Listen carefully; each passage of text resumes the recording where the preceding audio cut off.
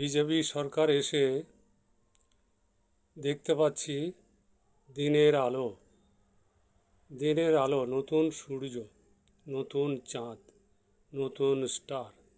পশ্চিমবঙ্গে বিভিন্ন জায়গায় যাচ্ছি, কত সুন্দর স্বাধীন হয়েছে। মনে হচ্ছে এই বিজেপি পশ্চিমবাংলায় এসে স্বাধীন হয়েছে, স্বাধীন হয়েছে, খুব সুন্দর।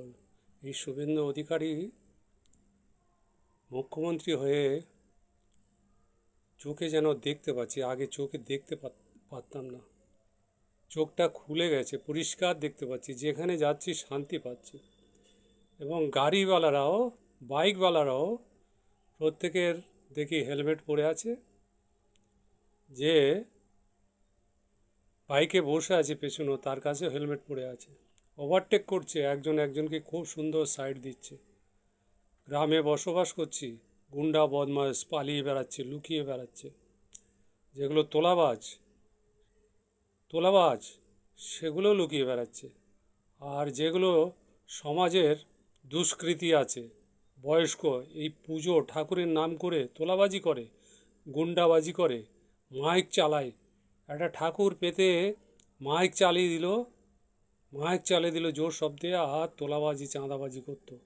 গুন্ডা বাড়িতে 20-25 জন গিয়ে তার অপমান, গুন্ডাবাজি করতো।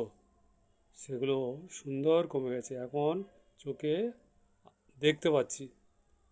চোখে চশমা লাগতো, ডাক্তারকে দেখাতাম, ডাক্তার চশমা দিয়েও সুন্দরভাবে আমাদেরকে দেখাতে পারতো না।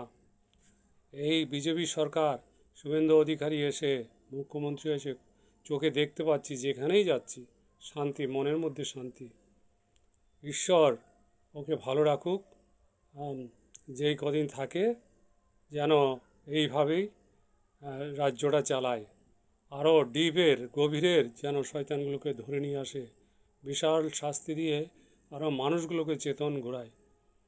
এটাই আশীর্বাদ, এটাই ঈশ্বরের কাছে প্রার্থনা করি, সে যেন অমর হয়ে থাকুক।